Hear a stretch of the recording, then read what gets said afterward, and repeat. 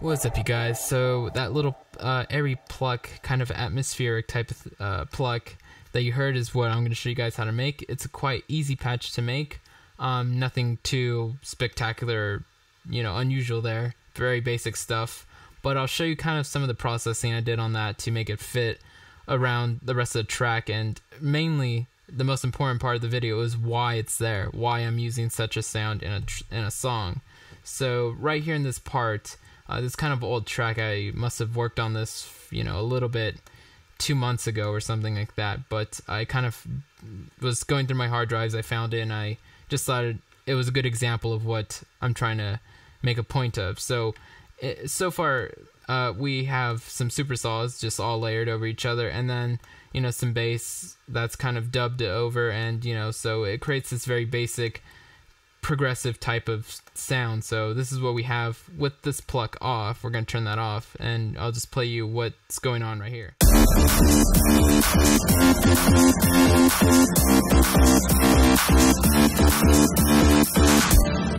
So very basic, just kind of mundane progressive stuff. So now we're going to add in that little Airy pluck, and what that's going to do is add this texture and more it would create more of a atmosphere, and it's going to make it easier for people to kind of get lost in the track a little bit. So the volume's a little bit loud on this, just so that you'll be able to hear it, but usually it would be slightly quieter than it is now. So we'll take a listen, and I'll kind of turn it on and off so you can see the difference as it plays through.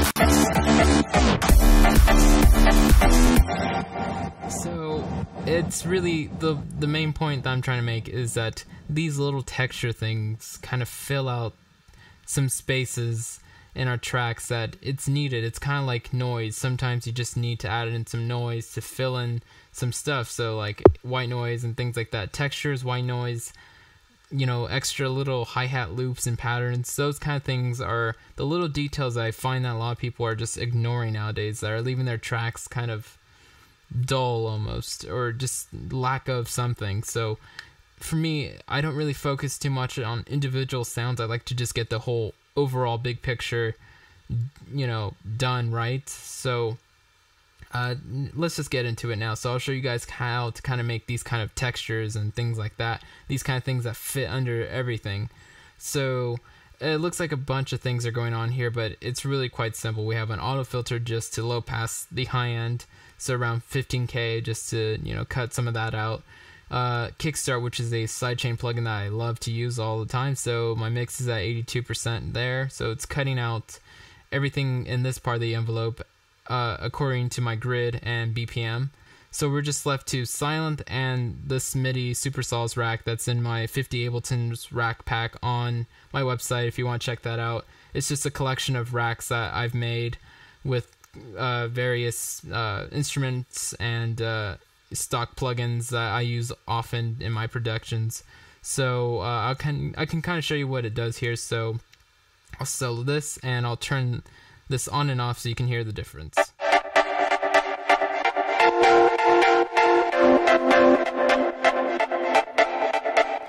Now, you might be thinking, it sounds better off. Well, of course, because that's the full sound. But why do I use it? Well, because I don't want this little airy thing to be a lead. I don't want it to be something that takes your attention away from the things I want you to focus on. So I'm going to really shorten the time length on this, which is on the note length, and the pitch, which is basically all that this rack is. And I'm going to shorten those so that I'm only getting basically very short attack plucks, and still having the reverbs from that. So it's a way to kind of control your MIDI. So this is a MIDI rack, and so by shortening that, I'm not distracting away from the main leads. I'm just using this purely as a texture. So when I'm thinking of making a lead, I make the time length way longer than needs to be and open up that gate and really make it a nice long sound. So this rack is all about control, and that's kind of another reason why I wanted to do this tutorial, because I wanted to emphasize that not all sound design is the same. When you're designing textures, you have to think differently. When you're doing bass stuff, you have to think differently. When you're doing leads, you have to think differently. Just everything, you have to think why you need, like, you know, what's important about those sounds and what's not as important. Textures are not as important as leads, so you want to bury those down but still have them there. So this is kind of how I do that. So let's get into Sylenth now. It should be quick. This isn't a very complicated patch at all. So just go to menu, initialize, and let's get started. So we're going to only use 3 oscillators in this. So in part A, we're just going to set this to a saw wave, 4 voices, keep retrig on, and that's it. And also bring up your polyphony to 6 so you have some voices to play chords and all that if you want.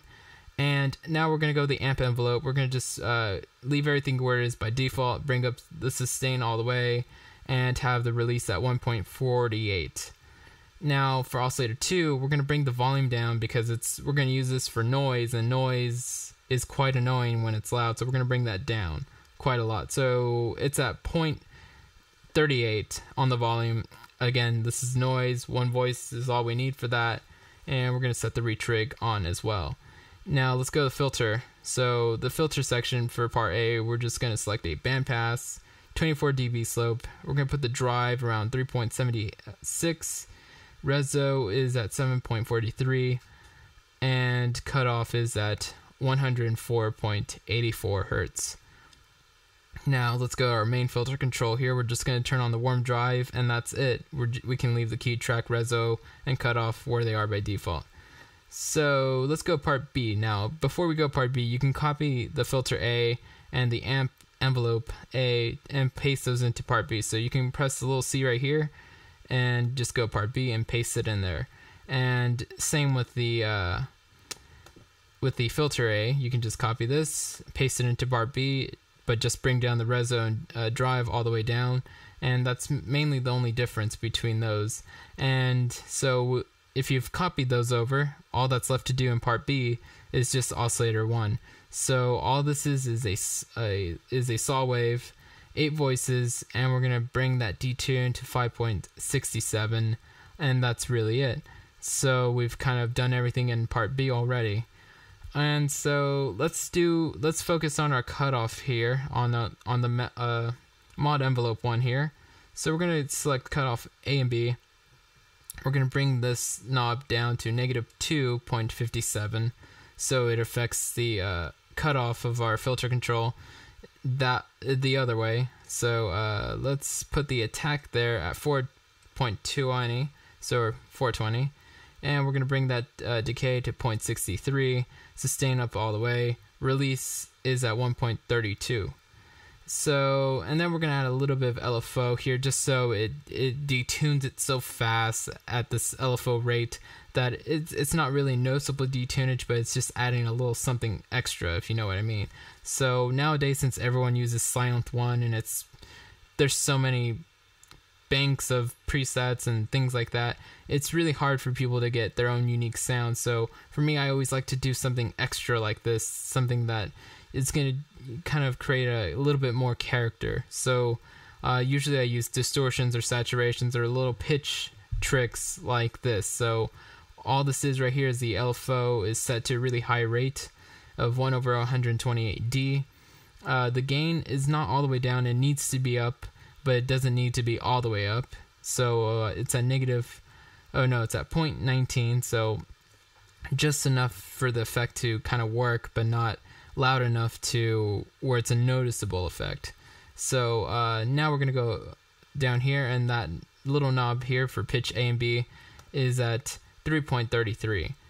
Now all that's left is the middle part of Sylenth 1, and let's see what we got going on. So we're going to put the dry wet really low, so at 4.76.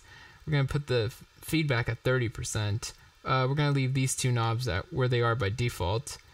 I think all these are at default as well. except with my, I think I moved that to 37%. So if not, you can just ballpark it. This is a very subtle thing. It doesn't almost need to be there, but I kind of prefer it being there. Alright, so now for the EQ. We're going to just bring the treble up to 11 dB, and we're going to select the treble frequency of 1562.81 Hertz. Now for delay. We're going to set the left and right side to 1/4. We're going to low cut this around 250 Hertz, around there, because we don't really need any, you never really need delays or reverbs that low, you know? So if you see a low cut knob on a reverb or delay, use it, because you're just cutting out delays and reverbs of low end that you don't need, really. If you do need low end reverb, then you probably want to stick to something outside of an instrument reverb or something like that if you really need reverb down that low. But usually most people use the low end for just bass, and that's it. And honestly, low end, it sounds way better just front in the middle and not out in the sides in a reverb space or a delay. So for most time-based things, I use low cut knobs for sure and always. And we're also high cutting here, so we're going to put the high cut at 438.40 Hertz. And we're going to put the dry wet at 52%, width up all the way. Feedback is at 71%. And spread is right down the middle, and this is on ping pong. Now for reverb, we're going to just bring the pre-delay up all the way. The damp to 8.29. Dry wet is at 47%. And the size is at 7.90. And width is at 100. So, you know, it's quite a very spacious reverb. So last thing that we have to do inside of Sylenth is just bring up that tormented time a bit. So that's at 2.33. And that's really it. So now you should have something somewhat like this.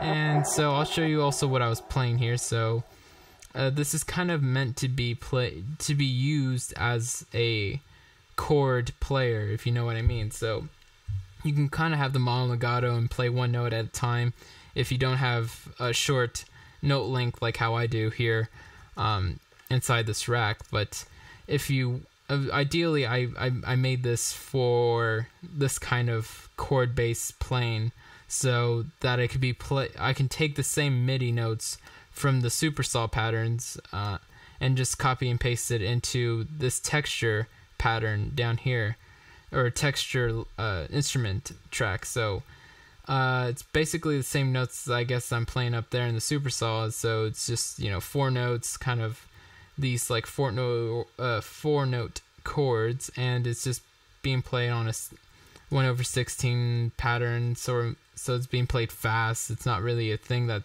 has a lot of sustain that you can kind of hold out like a pad.